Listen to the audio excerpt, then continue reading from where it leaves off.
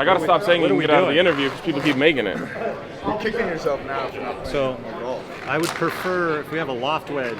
Oh, yeah. I would like to kick it over. Okay. So here we go. What do you think, Tristan? Just gotta go for the bank. That right here? Or? It's just geometry, right? I'll go a little. Simple Right after. Right. Y'all go to Stanford. This should be. That's why I asked the Stanford. He's not a Stanford graduate though. Oh! Bang. All right. That's impressive. That's it. Good angle. No, is this for me and Tristan, or is this just for me? No, he's gonna have to do it for himself. Okay. But I like that teammate mentality. Yeah, he's got my back. Oh! We gotta stop offering this. There's too many athletes in here. Come on! Pleasure meeting you. Yeah, nice to meet you. Jay Grimes, thank you. Dunker. You can go to the edge. Oh! Tough. Bad Tough. break. Yeah, it's a tough break. All right. Tristan, If I make this one, you gotta come back in here. Yeah, fair enough.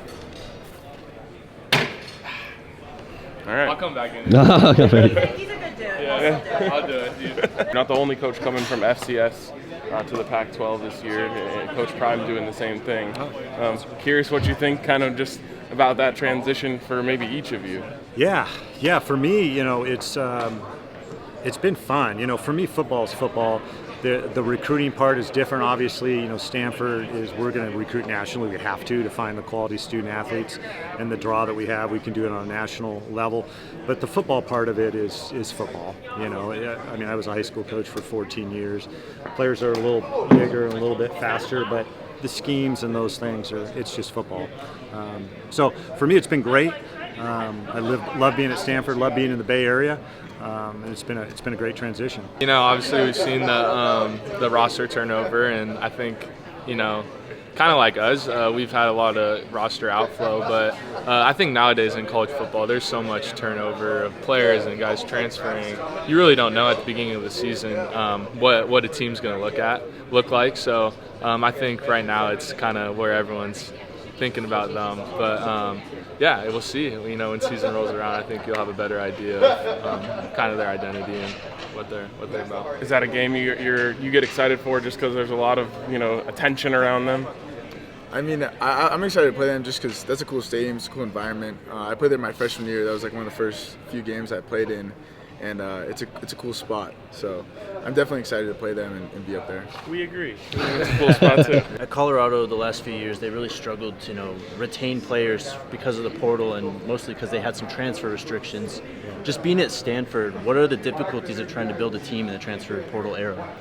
Yeah, well, we had a number of guys that entered the transfer portal. They had all graduated, except for one. Had all graduated, and we don't think we'll have that. A lot of it was the COVID issue. Everybody got an extra year, of eligibility. So I don't think we'll have a lot of players that will leave Stanford. We're hoping to make it an incredible culture. It obviously is a great university.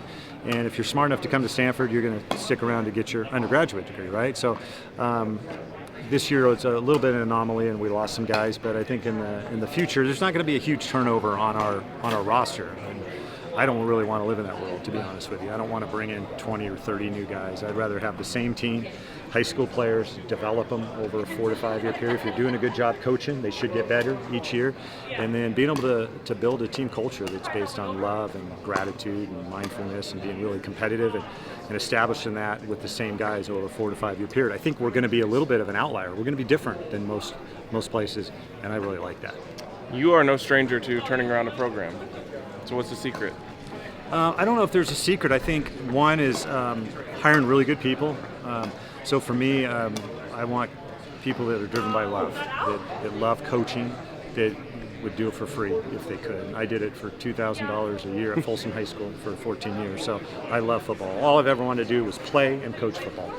And so I want to be around coaches that feel similar, in that way, that they do it for free, and then bring in players feel the same way. They just love playing football and want to get a great degree. And if you have those things and you're driven by love, I don't know how you lose. So we have a great time there. We want to have fun. We want to win games, all those things. But we're going to be different for sure.